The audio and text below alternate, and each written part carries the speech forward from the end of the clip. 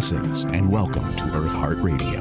Finally beginning to awaken from the illusion of separateness and broadcasting live from the KSKQ studios in beautiful Ashland, Oregon. Here's your host, Derek Moody.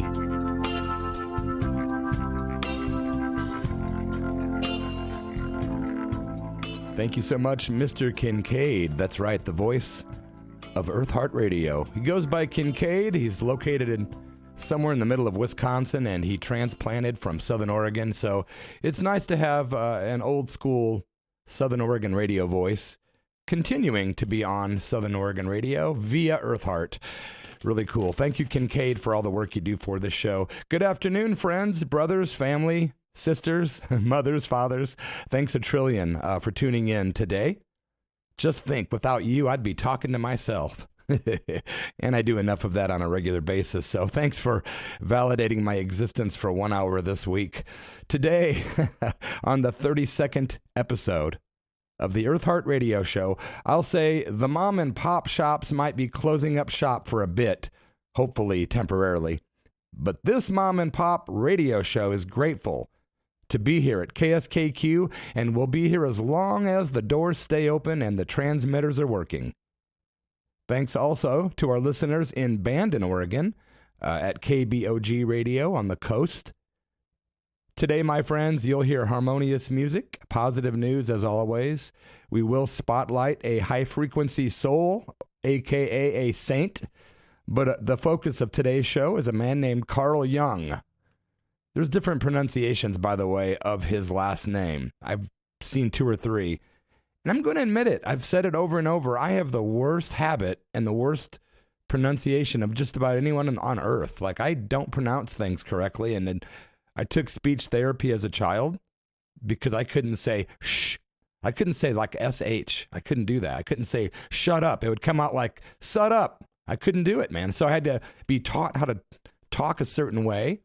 And I still have issues with talking sometimes, with speed, lisping, things like that. So I do forgive myself for my pronunciation mistakes, which don't have much to do with actual speech, I guess. But anyway, enough about me. Carl Jung was a Swiss psychiatrist and psychoanalyst who founded analytical psychology. His work was influential in the fields of psychiatry, anthropology, archaeology, literature, philosophy, and religious studies. Jung was also an artist, craftsman, and builder, as well as a prolific writer.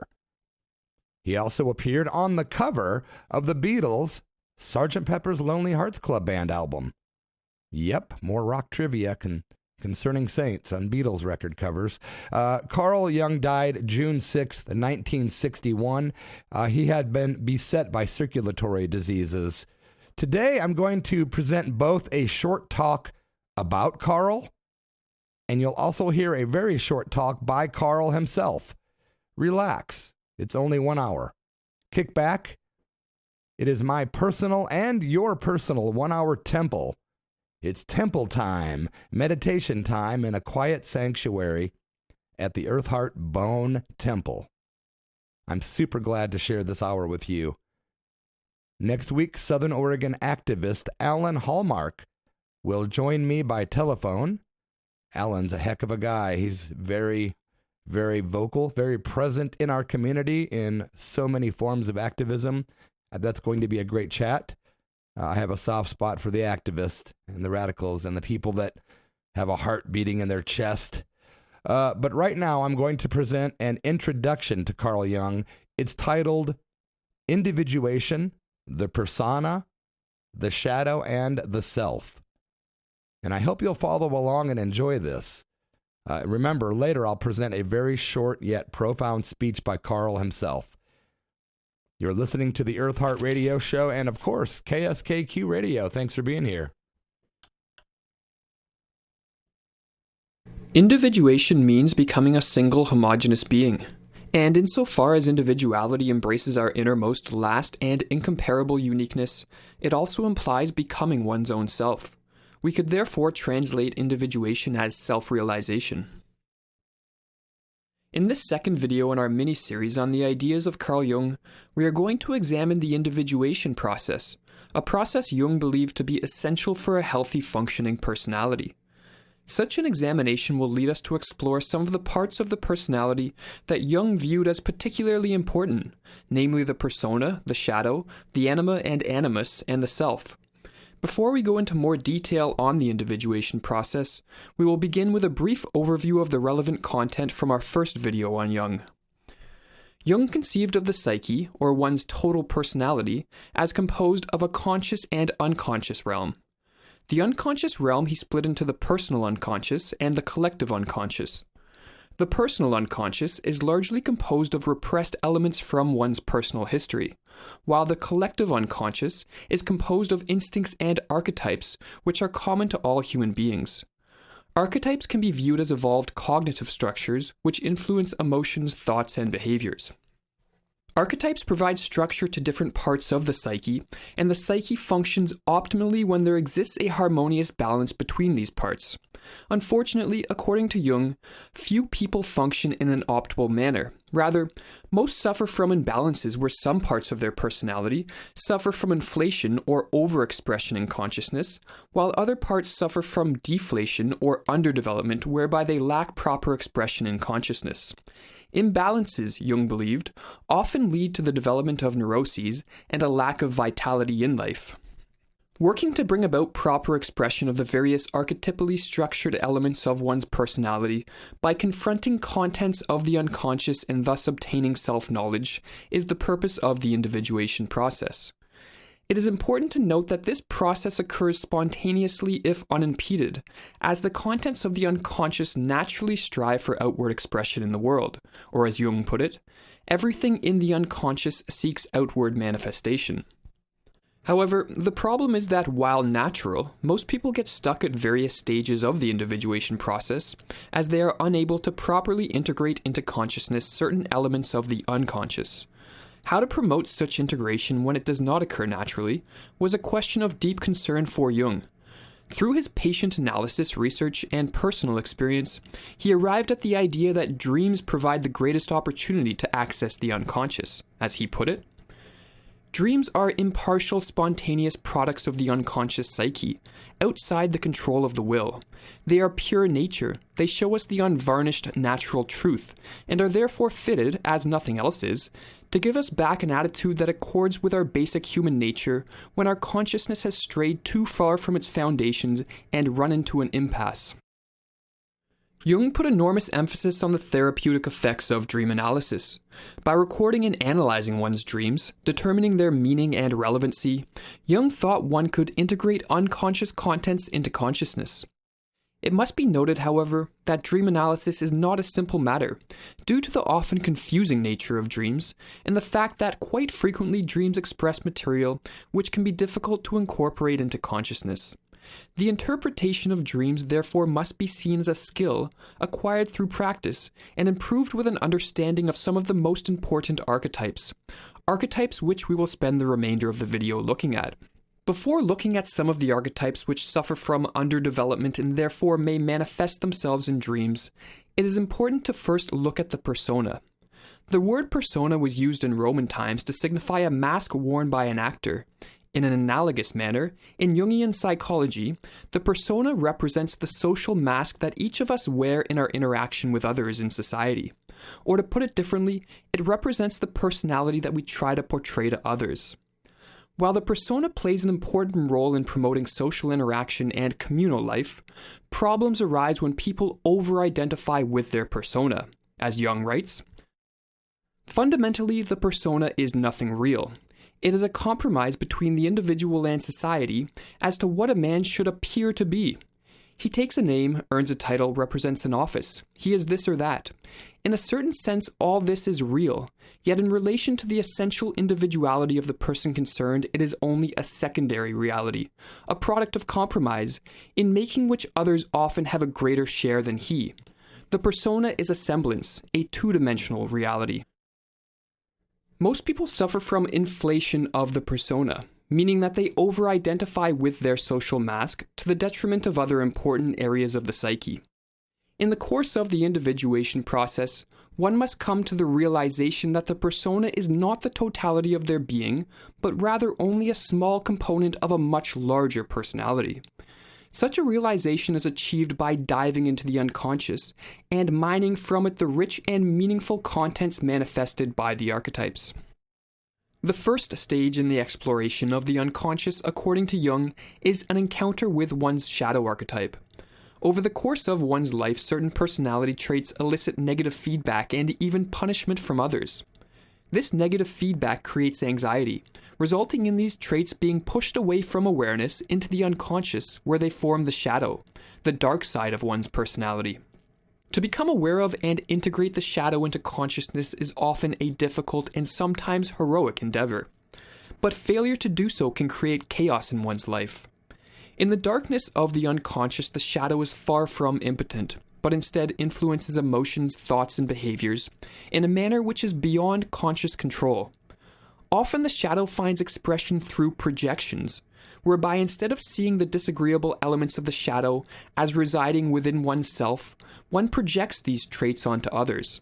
Bringing elements of the shadow into the light of consciousness is crucial if one is to correct some of these less desirable aspects of themselves, as Jung explains. Unfortunately, there can be no doubt that man is, on the whole, less good than he imagines himself or wants to be. Everyone carries a shadow, and the less it is embodied in the individual's conscious life, the blacker and denser it is. If an inferiority is conscious, one always has a chance to correct it, but if it is repressed and isolated from consciousness, it never gets corrected. The shadow, according to Jung, is not only composed of negative traits, rather, in the process of over-identifying with the persona, often people reject personality traits not because they are harmful, but because they don't fit with the dominant social attitudes of the day. Therefore, when integrating the shadow into consciousness, one is also exposed to positive traits and creative energies that can bring about a renewed sense of vitality to life. The shadow, when it is realized, is the source of renewal. The new and productive impulse cannot come from established values of the ego. When there is an impasse and sterile time in our lives, we must look to the dark, hitherto unacceptable side which has been at our conscious disposal. In addition to the shadow, another archetype which normally suffers from underdevelopment is a contrasexual archetype termed the anima in males and the animus in females. While the persona is oriented outward, acting as a barrier protecting the ego from the external social world, in an analogous manner the anima and animus is oriented inward, protecting the ego from the sometimes threatening and overwhelming contents which emerge from the dark inner depths of the unconscious. The natural function of the animus, as well as the anima, is to remain in place between individual consciousness and the collective unconscious, exactly as the persona is a sort of stratum between the ego consciousness and the objects of the external world. The animus and the anima should function as a bridge or a door, leading to the images of the collective unconscious, as the persona should be a sort of bridge into the world. An encounter with the anima and animus is manifested in one's consciousness as a meeting in dreams or visions with a member of the opposite gender. Such a figure often arises during times of severe psychic disorientation, offering guidance as to how to remove any psychological barricades hindering the natural progression of the individuation process. Encountering such an archetype can therefore signify the coming of a deeply meaningful period in one's life, defined by significant psychological transformations. The meeting with the anima represents a connection to the unconscious even deeper than that of the shadow. In the case of the shadow, it is a meeting with the disdained and rejected pieces of the total psyche, the inferior and unwanted qualities. In the meeting with the anima, it is a contact with levels of the psyche which has the potential to lead into the deepest and highest reaches that the ego can attain. After one encounters and integrates aspects of the anima and animus archetype into one's ego, one gains access to enter into the deepest layer of the psyche, the archetype of wholeness, which Jung called the self and viewed as the most important of all the archetypes. Proper expression of the self is the goal of the individuation process, as Jung put it. The self is our life's goal, for it is the completest expression of that fateful combination we call individuality. As the sun occupies the center of the solar system, in an analogous manner the self is the central archetype of the entire psyche. The self archetype acts as the unifying or organizing principle of the psyche and is oriented toward a union of the conscious and unconscious realms. Remembering from our first video on Jung that the center of the field of consciousness is the ego, Jung noted that the more numerous and more significant the unconscious contents which are assimilated to the ego, the closer the approximation of the ego to the self, even though this approximation must be a never-ending process. As one increasingly identifies with the self, they will notice a greater sense of harmony both within themselves and with the world as a whole. In fact, Jung saw a connection with the self as so important that at various times he described it as a treasure that would make one independent and a link to the infinite. Jung came upon the existence of the self by exploring the universality of symbols such as the quaternity and the mandala, which in his words, occur not only in the dreams of modern people who have never heard of them, but are widely disseminated in the historical records of many peoples and many epochs. A mandala, said Jung, is the psychological expression of the totality of the self. Not only do mandalas have an extremely long history and repeatedly show up in the imagery of many religions, including Hinduism, Buddhism, and Christianity, but Jung observed that with some of his patients, mandalas spontaneously arose during times of psychic disorientation or reorientation. Mandalas and other symbols of order, Jung believed to be compensatory symbols of wholeness, which are manifested by the self in times of crisis. The individuation process, which culminates in an identification with the self, is, according to Jung, crucial for the development of a healthy functioning personality, as well as the expression of the unique potential that exists within each of us. But along with these personal benefits, Jung thought the process of individuation was essential for the well-being of society. Jung believed that conformist societies, composed mainly of people who over-identify with their persona, are easy prey for the rise of oppressive governments. Therefore, it is essential for any lasting positive societal change that increasing numbers of people, assisted by the individuation process, come to the realization that there is more to their being than the social role dictated by their persona. A society increasingly composed of individuated individuals would not, according to Jung, succumb as easily to the rise of oppressive governments. Insofar as society is itself composed of de-individualized human beings, it is completely at the mercy of ruthless individualists. Let it band together into groups and organizations as much as it likes. It is just this banding together and the resultant extinction of the individual personality that makes it succumb so readily to a dictator. A million zeros joined together do not, unfortunately, add up to one. Be here now. Eartheart Radio, KSKQ. Good afternoon, brothers and sisters. Thanks for tuning in to Eartheart Radio Show and KSKQ. That was an introduction to Carl Jung, individuation, the persona, the shadow, and the self. Personally, I found that to be pretty darn useful. I heard it the second time today, and I got things out of it that I did not notice the first time, and really got my attention about how we create a certain persona subconsciously to present to the outside world, and we can become lost within that. I mean, I've given that thought before, but it's just pretty intense when you think about like big celebrities and people that really identify with their image, which isn't really who they are. Kind of like someone suffering from a drug addiction. They will think sometimes that the addiction defines them, but really, it just doesn't. So many other things do define us, but not those things, those images and those habits. We are much deeper than this, right? Thanks for being here, my friends. I'm going to present a short speech by Carl Jung himself. It's just like 4 or 5 minutes long. I'm going to play that very momentarily. I would like to say thanks to Locals Guide because they are proud to be an underwriter at KSKQ. Locals Guide is committed to community building through the creation of positive media. They offer a monthly magazine, mobile travel guides, and visitor information kiosks, which offer timely and accurate local information to people just like you all around the world. KSKQ thanks Locals Guide and listeners like you for supporting community radio. I do want to say thanks to my listeners that tune in each week. It really makes me happy to know that Brenda Roche is listening in Medford. Also, my friend Laura Rogers in Illinois. I saw that you shared my Facebook post. Thank you so much, dear. My friends Bob and Lynn, in upstate New York. I've got a lot of regulars.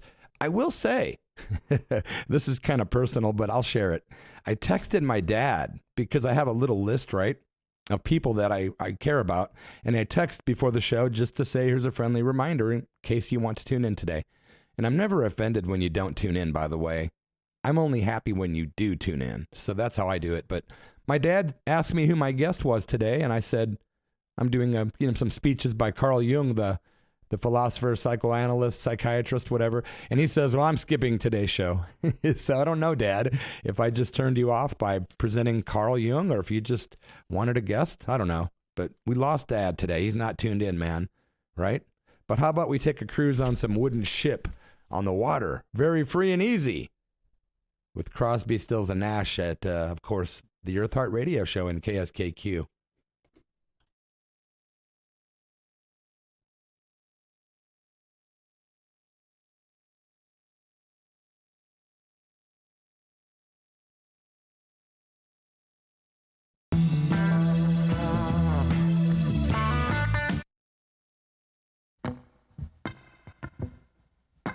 Starting that over, sorry.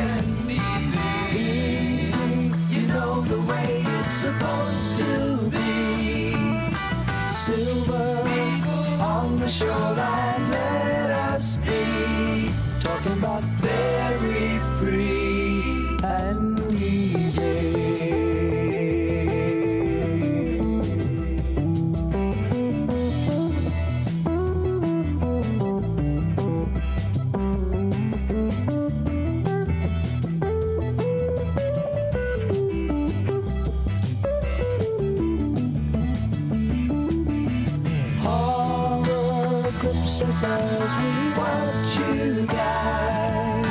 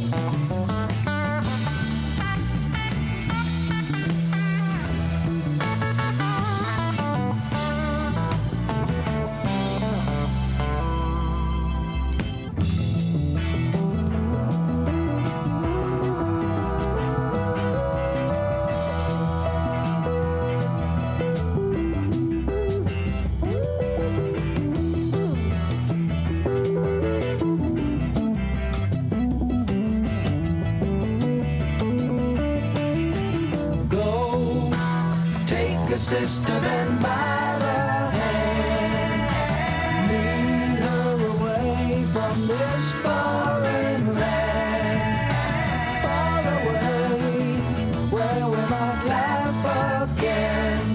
We are leaving, you don't need.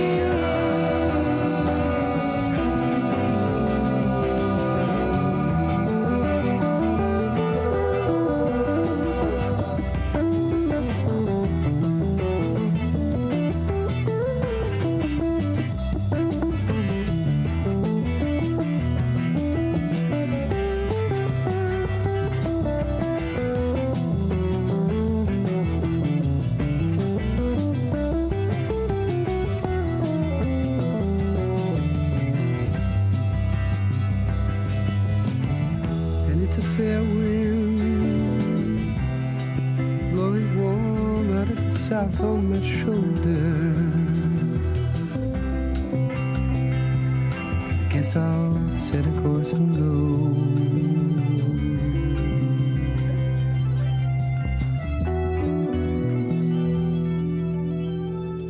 Crosby, Stills and Nash. Oh man, beautiful music. It's called Wooden Ships. You are listening to the Eartheart Radio Show and KSKQ Radio. I'm Derek Moody, and upcoming on the Eartheart Radio Show, I have been booking all kinds of guests, and normally I book a couple of months in advance, and I've been doing the same. I even reached out to a friend to get some ideas for guests or things to play on the show. So I've been adding to my calendar, and here's what I've been coming up with. This next week, Alan Hallmark, the activist, will be here. The following week, drummer and musician Casey Jung from the spiritual band Glory's Gate, an actual ex-band member of mine from the 90s. He's going to be joining me on the phones. Casey Jung from Glory's Gate. The week after that, Mike from Dragon Crystals in Southern Oregon is going to talk about gems and crystals and stones with me. I'm excited about talking about crystals. Then I have author Gary Gautier, who has been on the calendar forever. Gary Gautier is located in Mexico, and he has a book out called Hippies. And he's got another new book out as well, but we'll talk to author Gary Gautier about his book Hippies. On the 24th of May, we've just scheduled Death of a Wombat, a very profound recorded piece, Australian, I believe, and it's about 27 minutes, and it's very profound, and I hope you'll sit back and enjoy that with us. I don't know if enjoy is the right word, but educate yourself and feel what you need to feel that these animals are just like we are. Death of a Wombat, May 24th. Also, on June 7th, we've got New York Times #1 best-selling author Joy Clarissa discussing her new book. Right now, I would like to play part 2 of my Carl Jung presentation. It's actually Carl himself, Carl Jung speaking. It's only less than 3 minutes, but I really like this, and I thought I would share this. It's called The World Within, The Power of Imagination. I'm going to dedicate this to my friend Brenda in Medford at Eartheart Radio and KSKQ.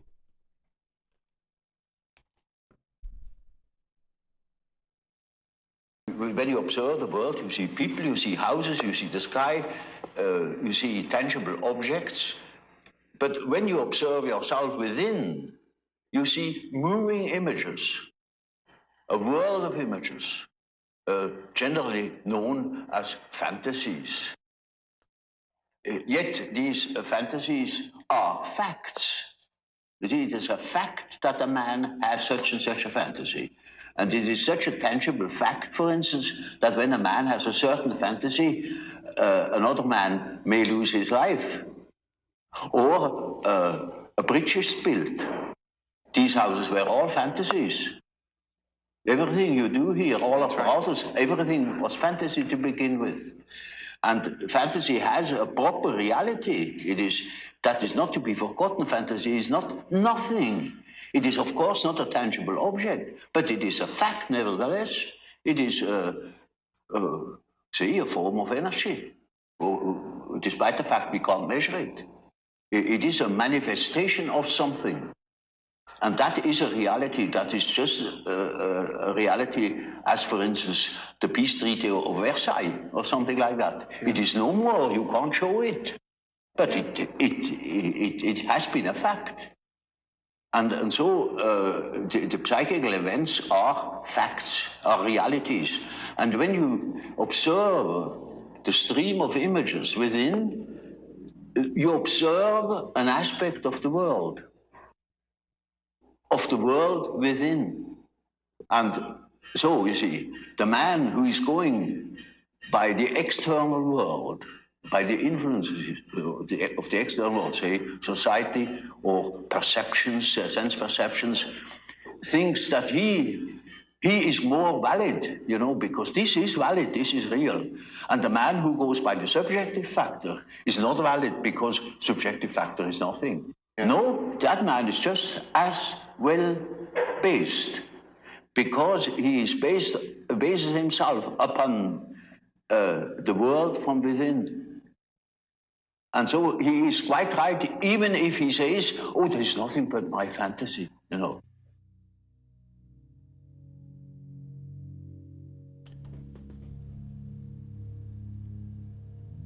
Who looks outside dreams?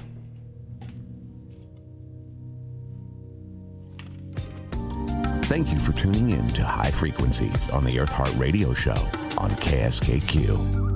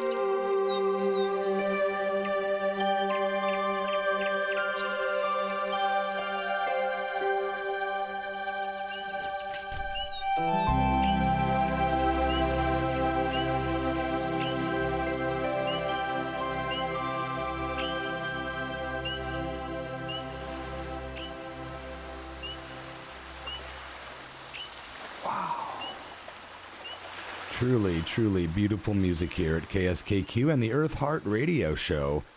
From the album entitled Tranquility, that's Henny Becker with Butterfly Dance. I'm expecting some angel to come cascading through the roof at any moment. I don't think that'll happen, but you never know. Here's a quote from the great Buddha.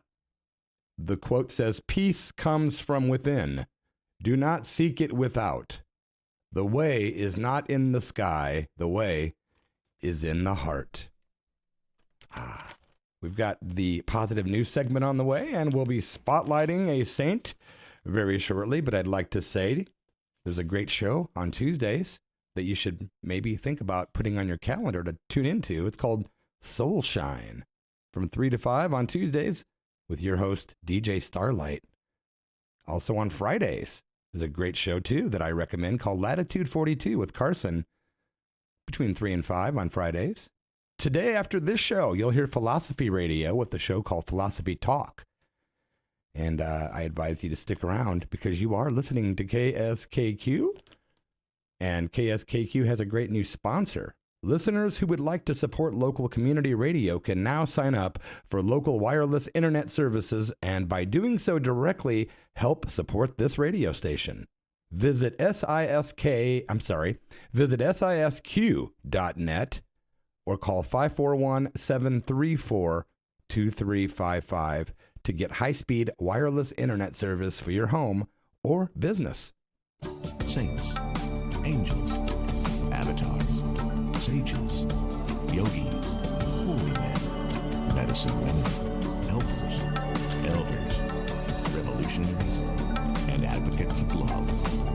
Today we honor and show love, respect, and gratitude.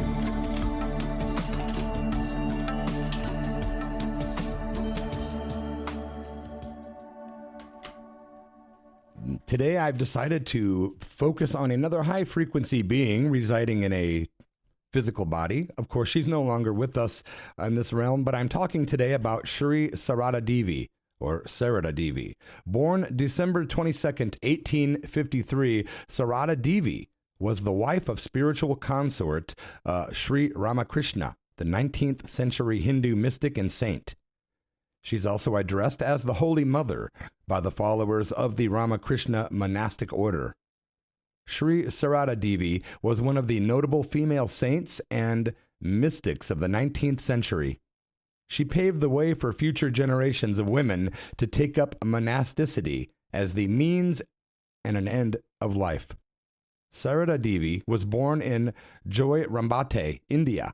At the age of 5, she was betrothed to Sri Ramakrishna, whom she joined at Dakshineshwar Kali Temple when she was in her late teens. She and Ramakrishna lived lives of unbroken continence, showing the ideals of a householder and of the monastic ways of life. Followers of the Ramakrishna movement and a large section of devotees across the world worship Sri Ma Sarada Devi as an incarnation of the Divine Mother. According to traditional accounts, Sarada's parents had visions and supernatural events foretelling the birth of a divine being as their daughter. During the terrible famine of 1864, Sarada worked ceaselessly as her family served food to hungry people. She was interested in the clay models of goddesses Kali and Lakshmi, which she worshipped regularly. She started meditating during childhood.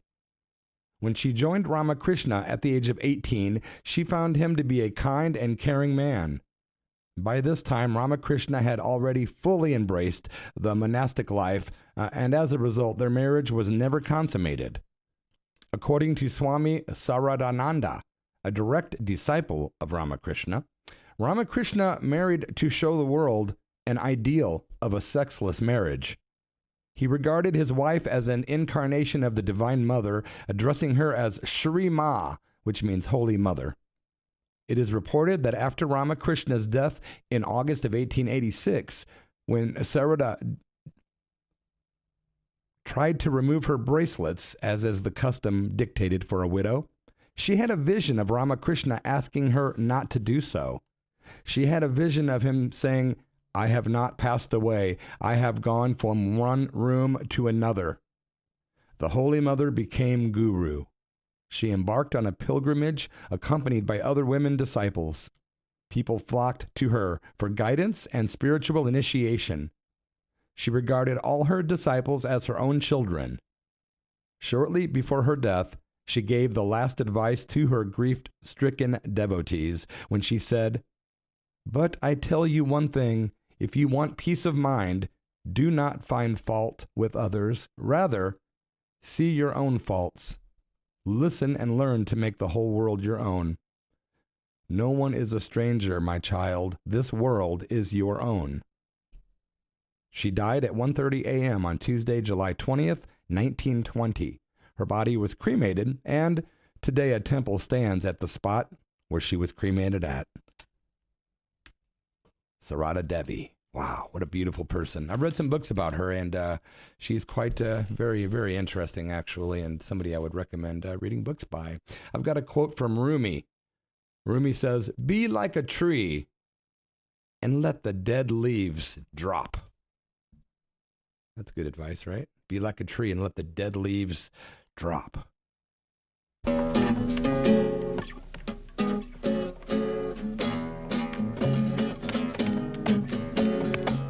Your home is where you're happy.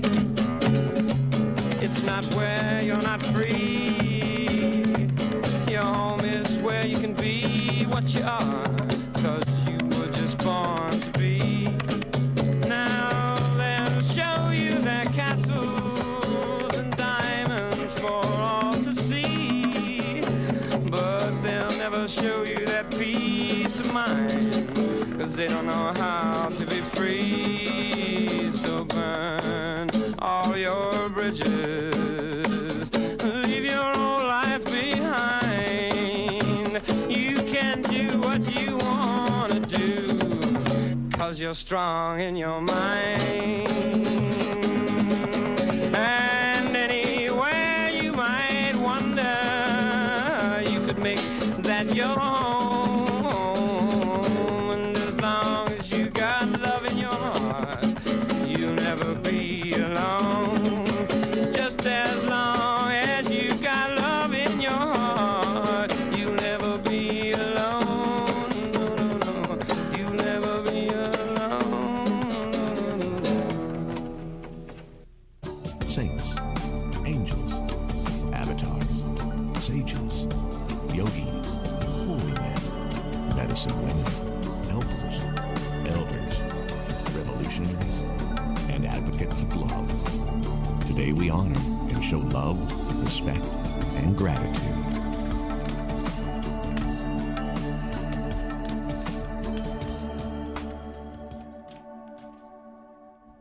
Whether you're listening to the show in a cave in the Himalayas or in a jail cell, you're still in a cave in the Himalayas. Today's positive news is brought to you by Eartheart Radio Show, which is what you're currently listening to. We do like to spread the positive news here at the show. Today's positive news story number 1, hats off to Switzerland.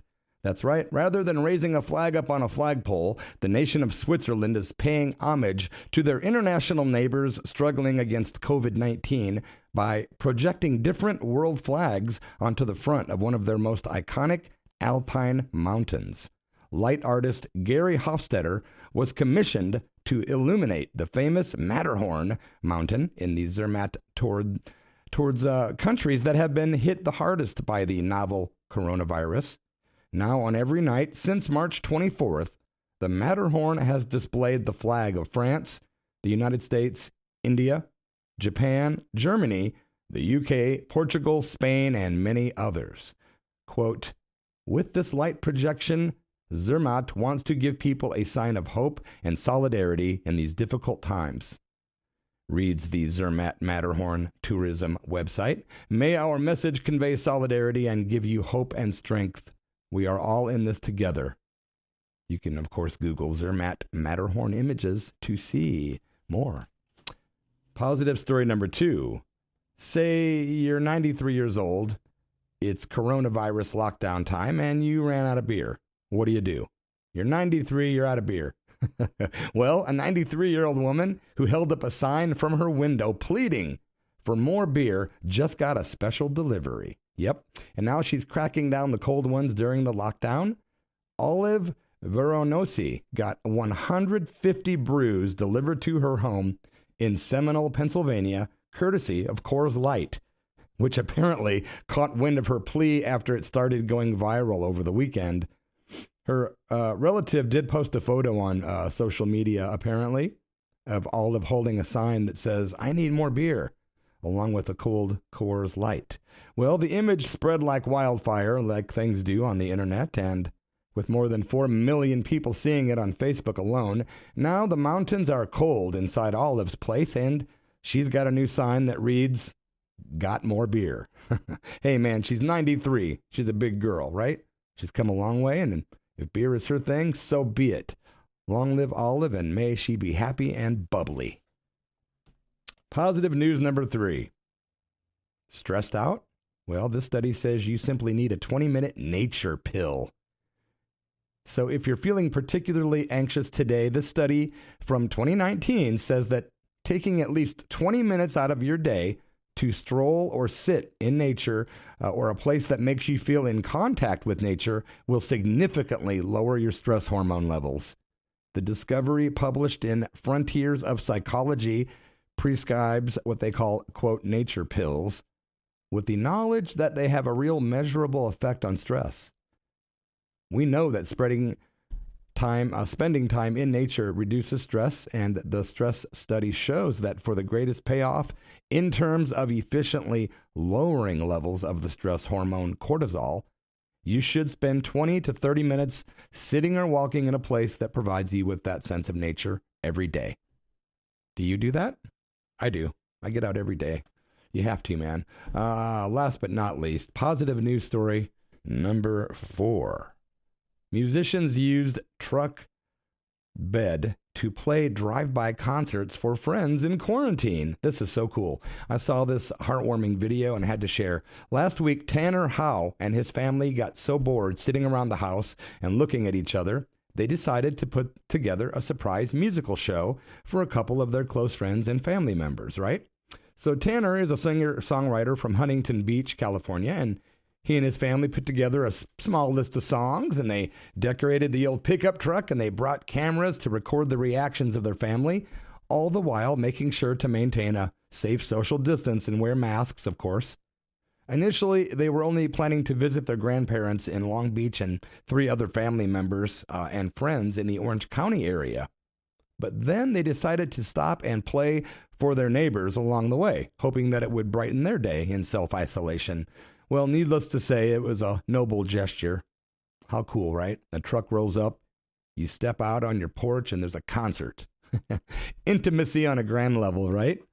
Long live people who think outside of the box. Long live Tanner Howe and his family. That's a cool thing. Everyone, go decorate your truck and go give concerts right now. I order it. As the minister of peace, let's do this. Let's hear some music. How's that? I have time for one more, my friends, and there's a great record called Mavis Staples' Live Hope at the Hideout. Just found my copy in my storage unit, and I'm excited to play the song called Wade in the Water at Eartheart Radio and KSKQ Radio.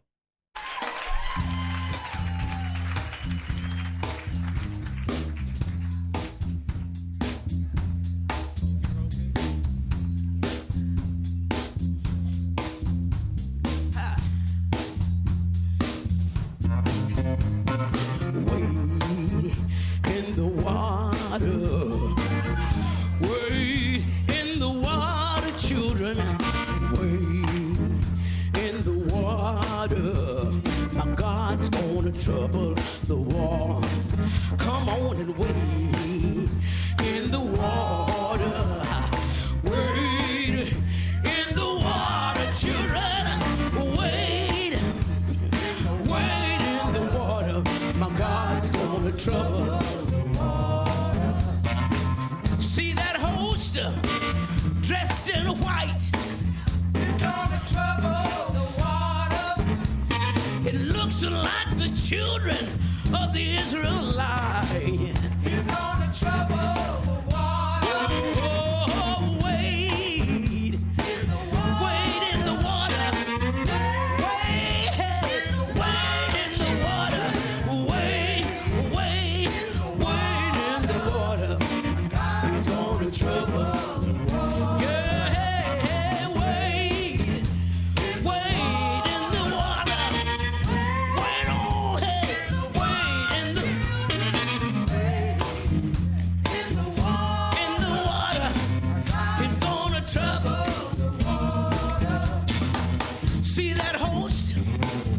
dressed in red.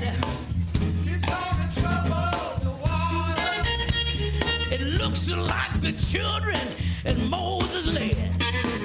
He's gonna trouble the water. If you don't believe I've been redeemed, he's gonna trouble the water. Come on and follow me down by the Jordan stream. He's gonna trouble the water. One of these mornings, and it won't be long. You're gonna look for Mavis, and I'll be gone. I'm going to glory to sing and shout. Nobody's there. Nobody's there. Nobody's there. Gonna turn me out. Talk with the Father. Chat with the Son. Tell him about the world that I just come from. Look up, David. The heat of the day. I'm gonna tune up my harp. Tune up my harp. Tune up my harp. And begin to play. I know my role gonna fit me well. I tried it on at the gates of hell. Wade in the water. Come on and wade in the water. Hey, wade in the water. God's gonna trouble the water.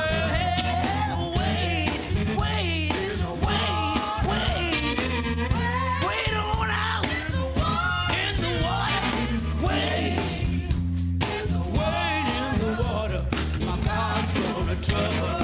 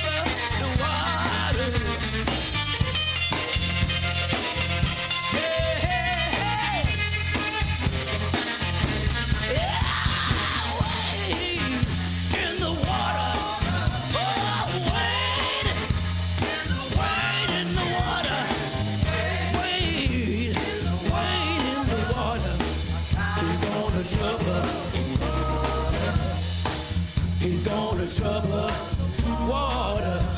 My God's gonna trouble water.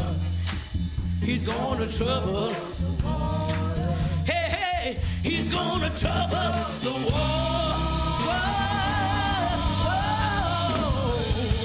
Water, water, water, water, water. Yeah. In the water. Oh. Yes. Oh, yeah. All right.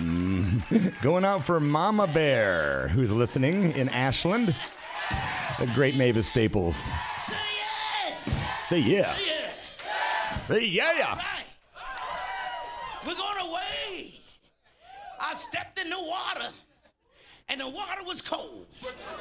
It chilled my body. Yeah. But it didn't harm my soul. That's right. Wade in the water, y'all. Yes, indeed. Everybody feel all right?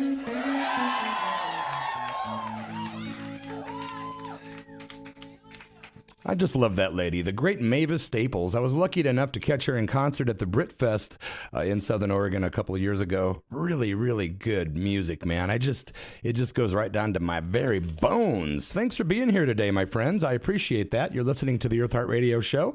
I'm Derek Moody. Thanks again for the folks that do make the effort to tune in every week. It really does mean a lot to me. I have a quote from Sai Baba of Shirdi.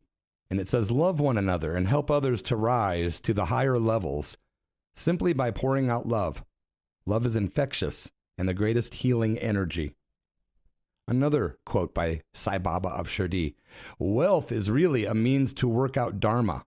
If one uses it merely for personal enjoyment, it is vainly spent. And one more quote from Sai Baba of Shirdi. There is a wall of separation between oneself and others. And between you and me. Destroy this wall. Thanks for being here. Catch you next week. Much love and blessings and Hari Rama.